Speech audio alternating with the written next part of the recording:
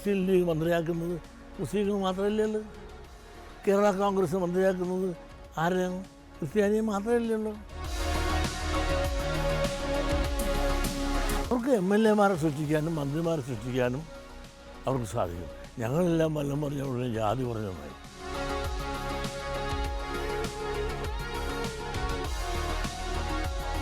ഈ രാജ്യത്ത് നിന്ന് ജനാധിപത്യം പോയി, ഇപ്പം മതാധിപത്യമാണ്.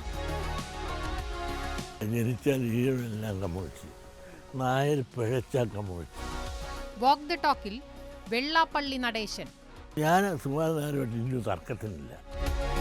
ബുധനാഴ്ച വൈകിട്ട് 5-നും വ്യാഴാഴ്ച ഉച്ചയ്ക്ക് 12 മണിക്കും DD മലയാളത്തിൽ.